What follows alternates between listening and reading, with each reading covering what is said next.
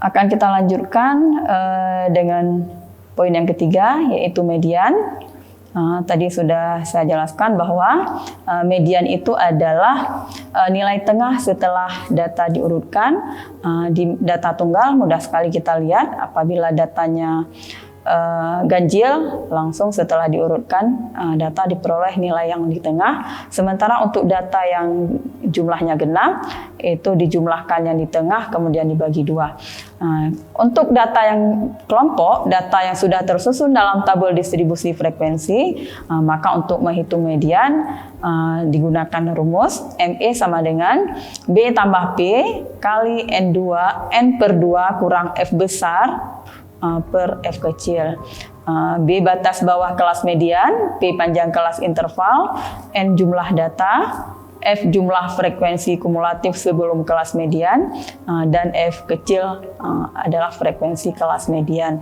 Jadi di sini perlu dibedakan antara F besar dan F kecil. F besar itu jumlah frekuensi kumulatif sebelum kelas median, sedangkan F kecil itu frekuensi kelas median. Sama juga seperti kita menghitung modus tadi, untuk median terlebih dahulu kita harus melihat kelas median. Bagaimana cara melihat kelas median? Jadi cara melihat kelas median itu kita membagi data menjadi dua bagian yang sama besar, kita hitung jumlah frekuensinya.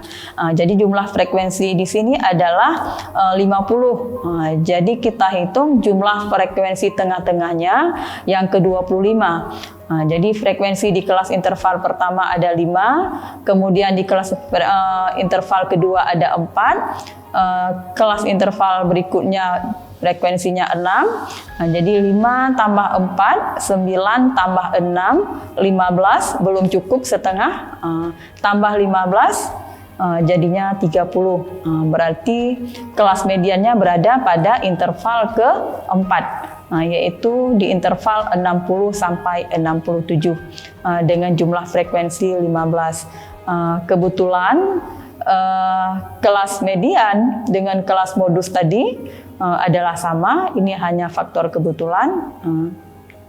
Jadi dari tabel kita peroleh bahwa kelas median itu terletak pada interval keempat, sehingga diperoleh B, yaitu batas bawah kelas median, sama seperti yang sudah saya jelaskan tadi, itu diperoleh dari tepi bawah kurang 0,5, 60 kurang 0,5, diperoleh B sama dengan 59,5.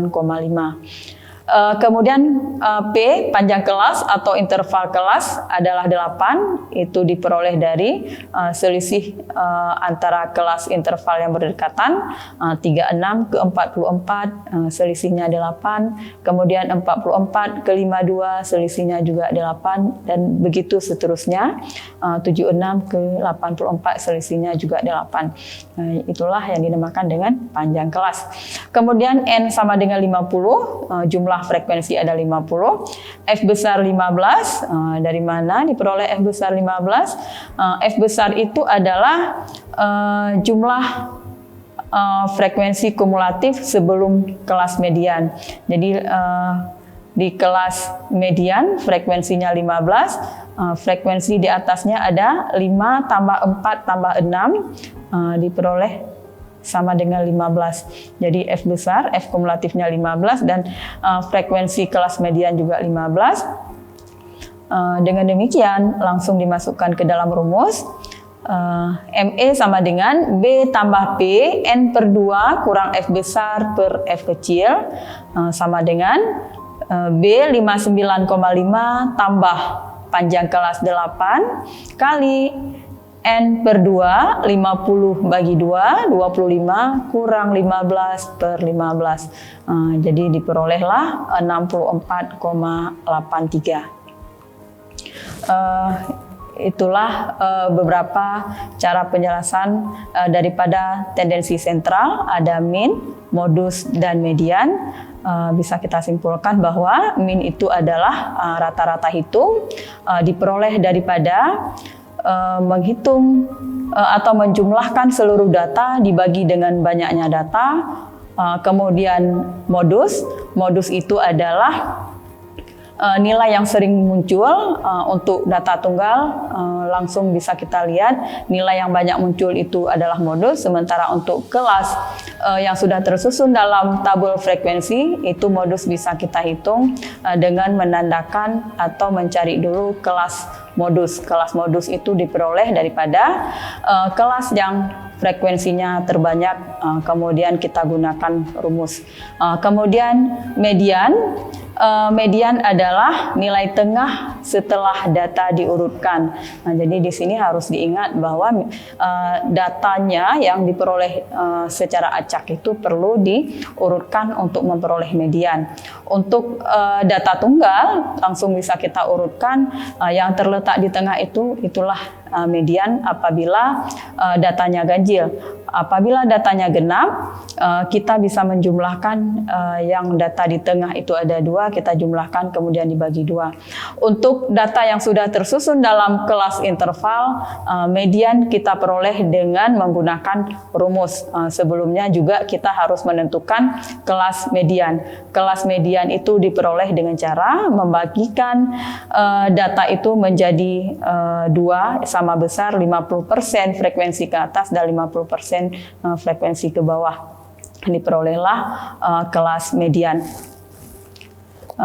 Berikut ada latihan untuk bisa dikerjakan.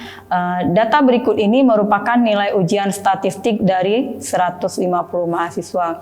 Jadi ini ada disajikan 150 nilai ujian statistik dari 150 mahasiswa.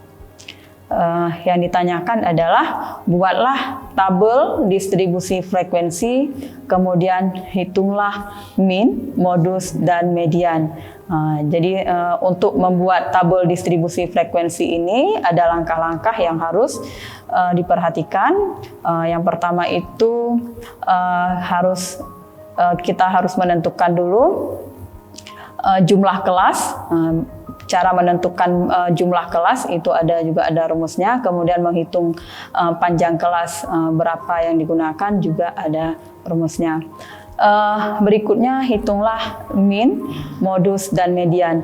Min, modus, dan median dapat diperoleh dengan cara yang sudah dijelaskan tadi. Min diperoleh dengan cara menghitung atau menjumlahkan seluruh data dibagi dengan banyaknya data. Untuk kelas yang seperti ini harus dibuat dalam bentuk tabel distribusi frekuensi, jadi harus menghitung dalam bentuk tabel. Minnya, rumusnya min sama dengan sigma FI XI per FI atau N, kemudian modus seperti rumus yang sudah dijelaskan tadi, MO sama dengan B tambah P kali B1 per B1 tambah B2, kemudian median ME sama dengan B tambah P kali N per 2 kurang F besar per F kecil.